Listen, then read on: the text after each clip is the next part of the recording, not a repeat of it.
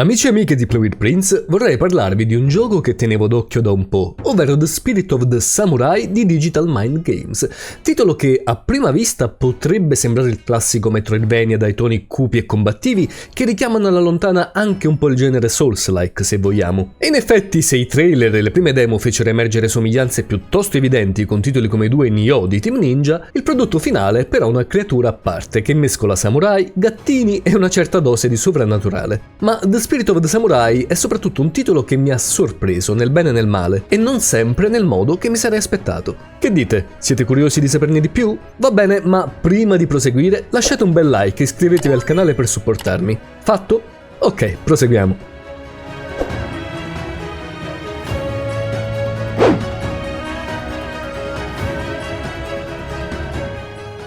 Il gioco si apre con una narrazione visivamente affascinante e un incipit che catapulta il nostro samurai Takeshi in un villaggio giapponese in procinto di essere attaccato da forze oscure. Il compito? Difenderlo a colpi di katana da yokai e demoni vari che minacciano di distruggere tutto quanto. La trama, almeno inizialmente, segue binari piuttosto tradizionali, ma si intuisce fin da subito che c'è di più, soprattutto grazie a un legame misterioso tra il protagonista e una dimensione soprannaturale, quasi onirica, che sarà centrale nel corso dell'avventura. Le prime ore di gioco fungono ovviamente da tutorial e ci fanno prendere confidenza con il sistema di controllo e con le meccaniche di base. Il level design propone una mappa 2D che inizialmente sembra strizzare, come già detto, l'occhio al genere Metroidvania, tuttavia si capisce ben presto che il gameplay è in realtà ben più lineare di quanto sembri. Gli enigmi, se così li possiamo chiamare, si riducono spesso a trovare una chiave o un oggetto poco distante per sbloccare un nuovo percorso, mentre l'esplorazione complessiva resta piuttosto contenuta.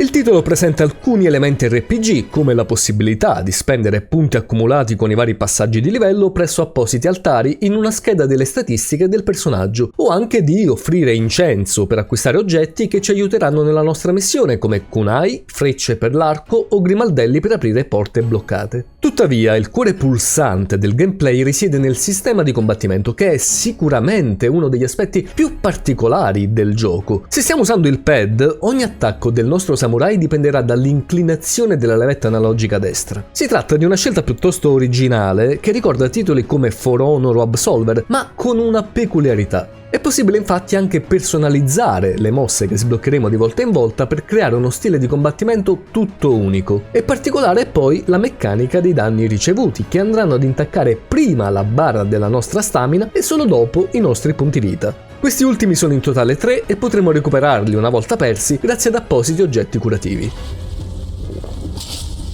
Sulla carta dunque sembrerebbe tutto molto interessante, ma c'è da dire che nella pratica emergono alcune criticità. Ad esempio, con un semplice attacco ravvicinato è possibile destabilizzare quasi ogni nemico, rendendolo vulnerabile agli attacchi successivi, e questo riduce la difficoltà di molti scontri, anche ai livelli più alti. Ed è un peccato perché le potenzialità di un sistema di combattimento più raffinato c'erano tutte, ma si ha costantemente l'impressione che non siano state sfruttate fino in fondo. Da menzionare poi senz'altro l'ausilio di Chisai, il nostro fedele compagno felino, che aggiunge un elemento strategico interessante. Quando si trova accanto a Takeshi, affronta i nemici per distrarli, permettendo al samurai di colpire con precisione.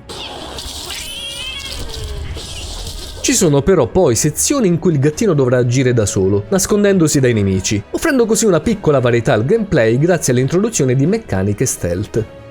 Anche il Kodama, il piccolo spirito azzurro che conosceremo fin dall'inizio, ha un ruolo significativo. Pur essendo minuto, è in grado di combattere i nemici della sua taglia utilizzando una combinazione di spada e magia.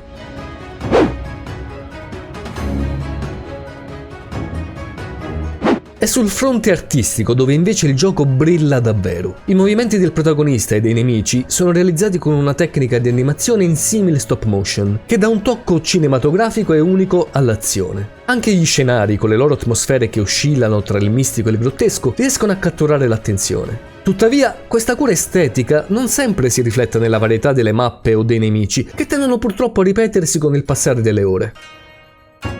È doveroso ribadirlo ancora una volta. Esteticamente, The Spirit of the Samurai è un titolo che ha fascino da vendere, sebbene alcune cutscenes possano risultare talvolta un po' abbozzate. La lunga esperienza dello studio nello sviluppo di animazioni e film emerge chiaramente, con 25 minuti di cinematiche disegnate a mano e oltre 1500 animazioni uniche. La tecnica stop motion, inoltre, contribuisce a rendere il mondo di gioco ancora più inquietante. La colonna sonora, invece, accompagna bene l'azione alternando toni epici a momenti più meditativi, ma anche qui senza mai davvero spiccare. Un punto di forza è però senza dubbio il doppiaggio, realizzato da un cast di attori di origine giapponese.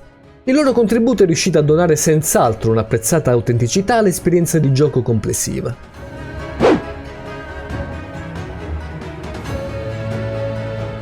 In definitiva, The Spirit of the Samurai è un titolo che vive di alti e bassi. Da un lato propone idee intriganti, un comparto artistico accattivante e un sistema di combattimento ambizioso, dall'altro non riesce sempre a concretizzare il suo potenziale. È un gioco che sembra sempre sul punto di esplodere e di sorprendere davvero, ma che si ferma a un passo dal farlo. Tuttavia mi sento di consigliarlo a tutti gli amanti degli hack and slash a scorrimento in 2D, magari con una particolare predilezione per la cultura nipponica feudale e per la sua mitologia. Il titolo non offrirà forse nulla di rivoluzionario, sia chiaro, ma il sistema di combattimento, sebbene alla lunga ripetitivo, è piuttosto soddisfacente, mentre in generale l'opera in sé è senz'altro parecchio bella da vedere.